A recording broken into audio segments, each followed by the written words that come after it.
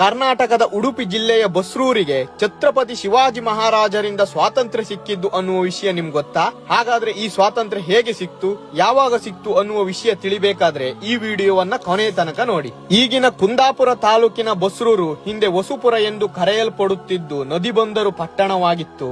ಆಳುಪ, ವಿಜಯನಗರ ಮತ್ತು ಕೆಳದಿಯ ಸಂಸ್ಥಾನಕ್ಕೆ ಒಳಪಟ್ಟಿದ್ದು ಕರಾವಳಿಯ ಪ್ರಸಿದ್ಧ ವ್ಯಾಪಾರ ಕೇಂದ್ರವಾಗಿತ್ತು. 1569ರ ಹೊತ್ತಿಗೆ ಕೆಳದಿಯ ರಾಜ ಸೋಮಶೇಖರ ನಾಯಕನಿಂದ ಪೋರ್ಚುಗೀಸರು ಬಸ್ರೂರಿನ ಕೆಳಕೋಟೆಯನ್ನ ವಶಪಡಿಸಿಕೊಳ್ತಾರೆ. ನಂತರ ಪೋರ್ಚುಗೀಸರ ಉಪಟಳ ಜಾಸ್ತಿಯಾಗಿ ಸ್ಥಳೀಯ ರೈತರನ್ನ ಮತ್ತು ಕಾರ್ಮಿಕರನ್ನ ಸುಲಿಗೆಗೆ ಪ್ರಯತ್ನಿಸಿದಾಗ ಸೋಮಶೇಖರನು ಛತ್ರಪತಿ ಶಿವಾಜಿಯ ಸಹಾಯ ಕೋರ್ತಾನೆ. 1665ರ ಫೆಬ್ರವರಿ 8ರಂದು 50 ಯುದ್ಧ ನೌಕೆಗಳು, 3 ಹಡಗುಗಳು ಮತ್ತು 4000 ಸೈನಿಕರೊಂದಿಗೆ ಸಿಂಧದುರ್ಗದಿಂದ ಶಿವಾಜಿಯ ಸೈನ್ಯ ಹೊರಟಿತ್ತು.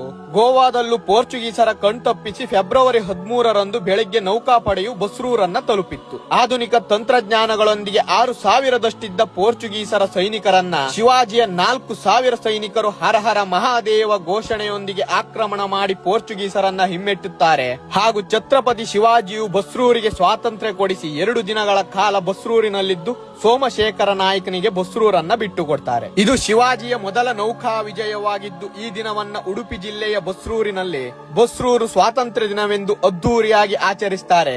ಕರಾವಳಿಯಲ್ಲಿ ಶಿವಾಜಿಯನ್ನ ದೇವರ ಸ್ಥಾನದಲ್ಲಿರಿಸಿ ಪೂಜಿಸುತ್ತಾರೆ. ಈ ಬಾರಿಯೂ ಬಸ್ರೂರಿನಲ್ಲಿ ಅದ್ದೂರಿಯಾಗಿ ಸ್ವಾತಂತ್ರ್ಯ ದಿನಾಚರಣೆ ನಡೆದಿದ್ದು ಗಂಗೊಳ್ಳಿಯಿಂದ ದೋಣಿಯ ಮೂಲಕ ಶಿವಾಜಿಯ ಮೂರ್ತಿಯನ್ನ ತಂದು ಢೋಲು, ಚಂಡೆ, ಭಜನೆಗಳೊಂದಿಗೆ ಶೋಭಾಯಾತ್ರೆಯು ನಡೆದಿತ್ತು. ದಾರಿಯುದ್ದಕ್ಕೂ ಮಹಾರಾಜರ ಪ್ರತಿಮೆಗೆ ಪುಷ್ಪಾರ್ಚನೆಯೂ ನಡೆಯಿತು. ದಿಕ್ಸೂಚಿ ಭಾಷಣವಾಗಿ ಬಸನಗೌಡ ಪಾಟೀಲ್ ಯತ್ನಾಳ್ ಅವರು ಬಂದಿದ್ದರು. ಹಿಂದೂ ಹೃದಯ ಸಾಮ್ರಾಟ ಛತ್ರಪತಿ ಶಿವಾಜಿ ಮಹಾರಾಜರ ಈ ವಿಡಿಯೋ ನಿಮ್ಗೆ ಇಷ್ಟವಾಗಿದ್ರೆ ಲೈಕ್ ಮಾಡಿ, ಪ್ರತಿಯೊಬ್ಬರಿಗೂ ಶೇರ್ ಮಾಡಿ.